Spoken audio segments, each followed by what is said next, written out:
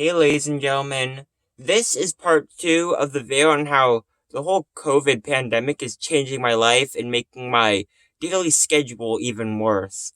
I know the last one was uploaded 5 months ago, so a lot of stuff has changed, like how Florida was once a hotspot and now it's number three, with more than 600,000 people infected out of their population of 21 to 23 million, which is pretty serious.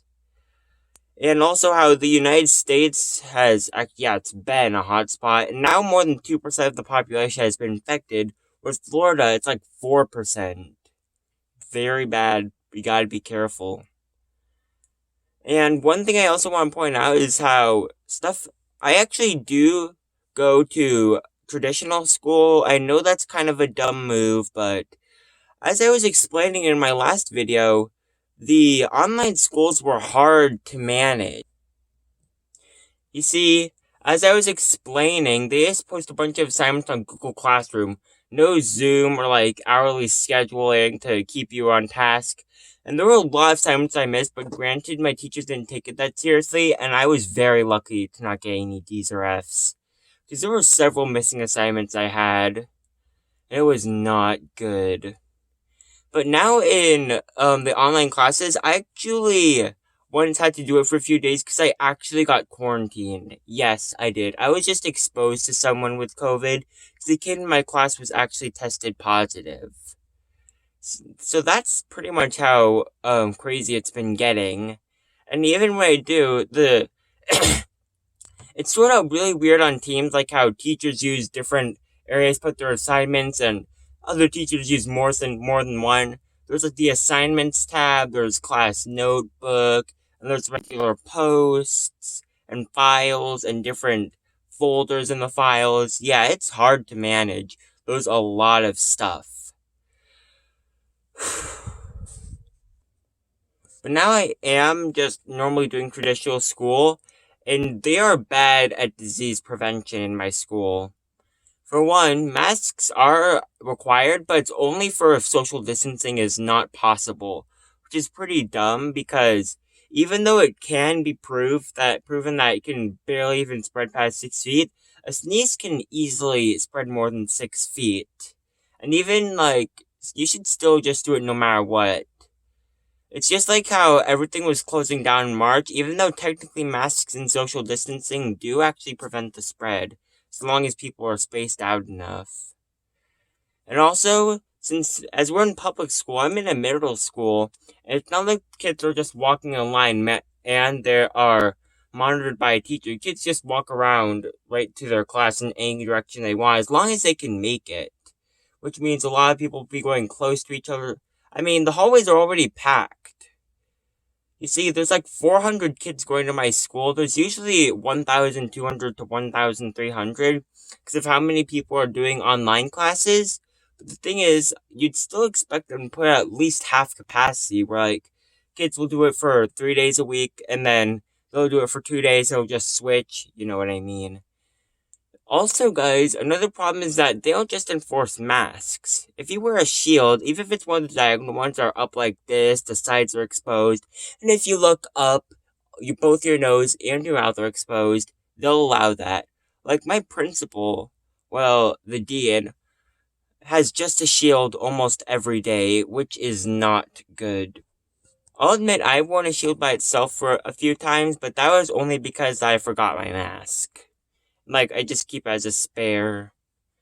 And also, another problem is that the drinking fountains are still open for you to fill a water bottle, but the problem about that is that there are a lot of kids that just go out to places like guidance, and they can just drink from the fountains while none of the teachers are looking, which is bad. You'd expect them to just turn off the water fountains completely, expect kids to bring their own bottles, especially since at breakfast is free. You can just pick up a water bottle from there, like in the line.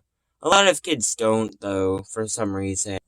There are more problems with no well, there's more problems with not putting the school at a smaller capacity.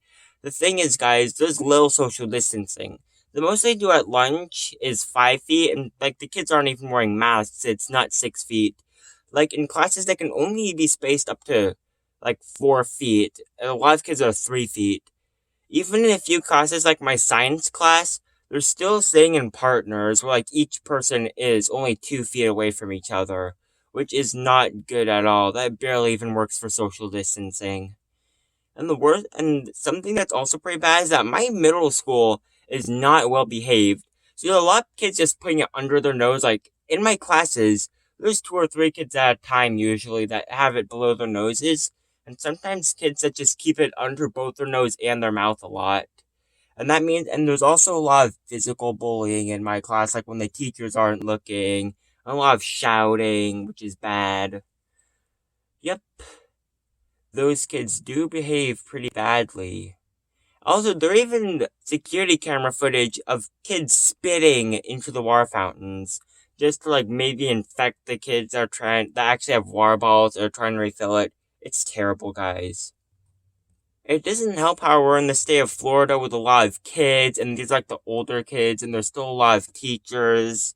And also, guys, there's also some of the classrooms that are just completely empty so the online students can learn and the teachers are still in the classroom. What's the point of that? Just like have them do it at home and maybe the principal or someone can watch what they're doing so like they can fill in more of the classrooms. Yeah, my school did like the minimum requirements, which is pretty bad because I always said one of my kids in my math class was tested positive. I was exposed, but I don't think it was any of the kids in my class because I didn't easily recognize a kid that could have been absent, and I was never infected. As a matter of fact, I actually got the call 4 days later I could have been exposed. Like, it was on a Sunday, and apparently I was exposed on a Wednesday. Yeah, and my sister even said that there was a kid in her science class that was tested positive. However, I don't think anyone had to be quarantined, and she didn't have to be either. That could have been a rumor, but I really wish my school could have done like the disease prevention better, and probably more kids are going to be tested positive eventually, especially by the way they're going. There are a lot of elementary schools that did better, like one of the first ones open in the US also did temperature checks, everyone put on the masks fine, everyone had to wear regular masks, hand washing was enforced, and a lot of other stuff. They were much better at it than our middle school. Other than school, there's a lot of other times I've been closely exposed. There's actually a church that's like only 2 houses away. If I put my camera by my porch, you can see the church pretty close. So this is the church from my house, and yeah, it does look kind of strange for a church. You'd think they'd design it better. It just looks like a warehouse or a fire station. That's actually what I thought it originally was. Also, after the pastor was tested positive, and then the whole church congregation had to be quarantined.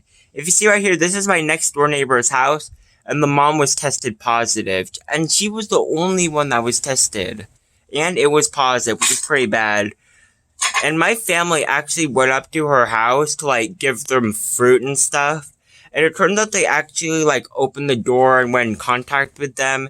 And even the one that was infected went to the door. That was not smart. They didn't even, my sister went with my mom. She didn't even have a regular like surgical mask. And yeah, my next door neighbor is probably the only person I've seen in person that's been tested positive. Also, right here is a basketball hoop. My next door neighbor is recently put up this basketball hoop and they let me use it.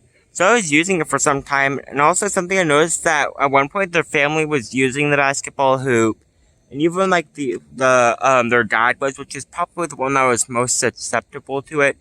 And even though like none of them had symptoms right there, at some point they were using the basketball hoop. This was actually, I think this was during time they were quarantined, and I was actually using their basketball hoop. Thing is, they made, even if it was possibly before pastor was tested, that was just when he was tested. He could have been infected before.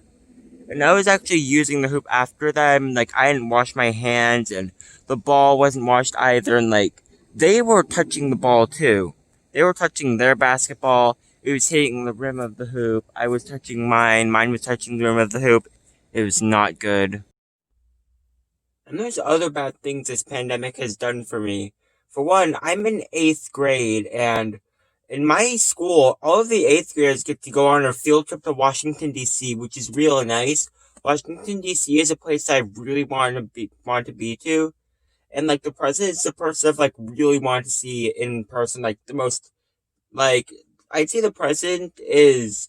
I want to see them in person more than any other famous person because like they're the president and feel really special to me to see them in person, and now I'm actually not going to get to, which is so sad that like I'm not doing the Washington D.C. field trip. It's been canceled. Not just that, but the Washington D.C. field trip is like a trip through multiple states, and I really enjoy like a big long road trip through multiple states. And yeah, I get to go to Washington D.C. It's so sad I don't get to do it.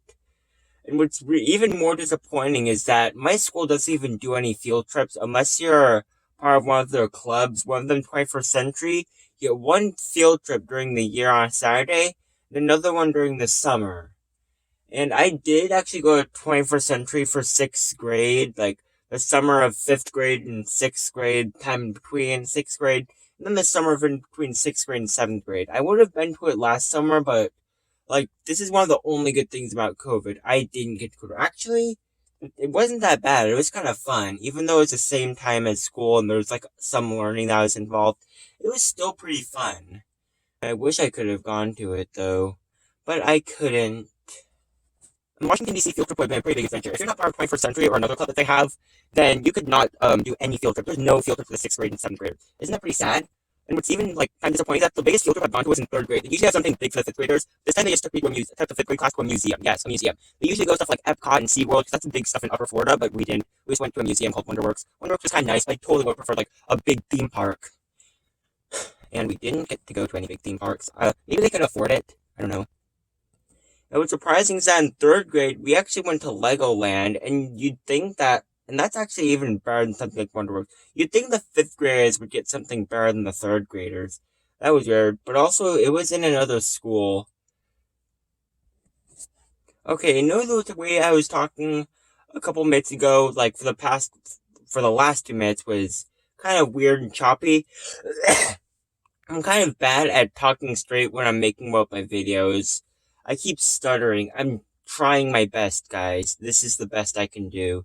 I was actually a lot better at this when I was making my early videos on my first channel. But the thing is, there was much less talking. Like, there was one video where I was just showing this rare pack of 4 gobstoppers instead of 1. It was only 25 seconds. A lot of the videos I used to make weren't very informative and short. And I didn't say much in them, but now I actually have a much larger vocabulary than I used to do. I use much more larger words than I do. A lot more videos that have more with talking. For one, on my first channel, I never did a video that was talk only. It was like only a few. But for the first year of my channel, I didn't do any. I just thought there was something weird and boring about them. You'd want someone to do something special for their video. But even with all this stuff going around about the pandemic, I just advise everyone to stay calm. Just take all of the precautions, especially staying 6 feet away. It will be very hard for the virus to spread. And also remember to wear your masks when you go in public.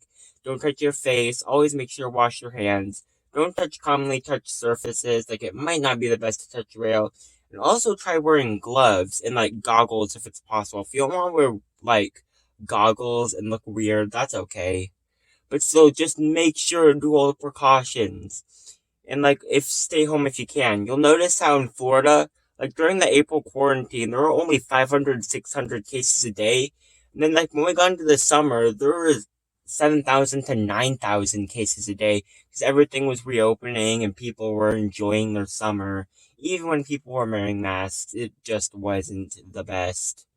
And also, guys, I see a lot of weird things on Google of like people searching, oh, is the virus gonna kill us all? It's not gonna kill us all, guys. Seriously, we are in the modern world. We got these masks and sanitizer, all sorts of things to prevent disease. And soap. And we have like news. We can see statistics of how many people are infected, like you'd see for Google Trends. We also thought of the name COVID-19 instead of just something like the Black Death or Spanish flu, because that's how advanced that we're getting. And all this technology we have.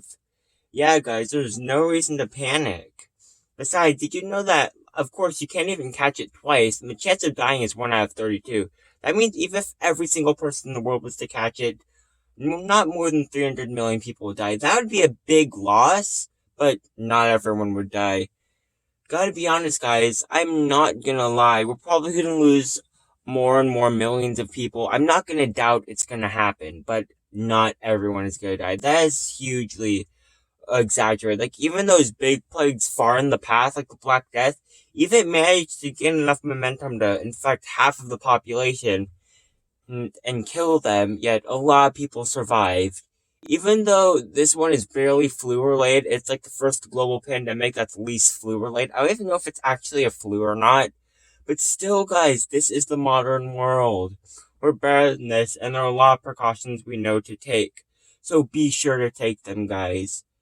And I'm sure eventually, like, a vaccine will come. I really hope it comes within the 8th grade school year, so we can at least, like, there's a small chance we could get the Washington, D.C. field trip. That would be nice. Oh yeah, and as a matter of fact, I won't even doubt if I've been infected without symptoms at least once. Like, in March, I was actually had a sore throat, and I was coughing a bit during church, and I had, like, very slight breathing problems at some point. But this was all the way in March when there were little cases, not even above 200. And only like maybe 2 in my county. And also it was just a sore throat, and the breathing thing was random, kind of like once what randomly came in 5th grade, like during the class, and it sometimes comes like for a few minutes, I'm just having trouble breathing. It's kind of weird. But yeah, it's only a few times, and the cough. Oh yeah, I also did have a small cough, but it was only for like a couple times, and I randomly do get coughs during the day. Well, not daily, but just randomly. It's not that bad. But still, I have to be honest, guys, I do hate wearing masks, and sometimes when I'm in public, I don't wear one, or I might just go with a shield. Actually, I haven't gone with a shield, except for twice in school, which is pretty bad.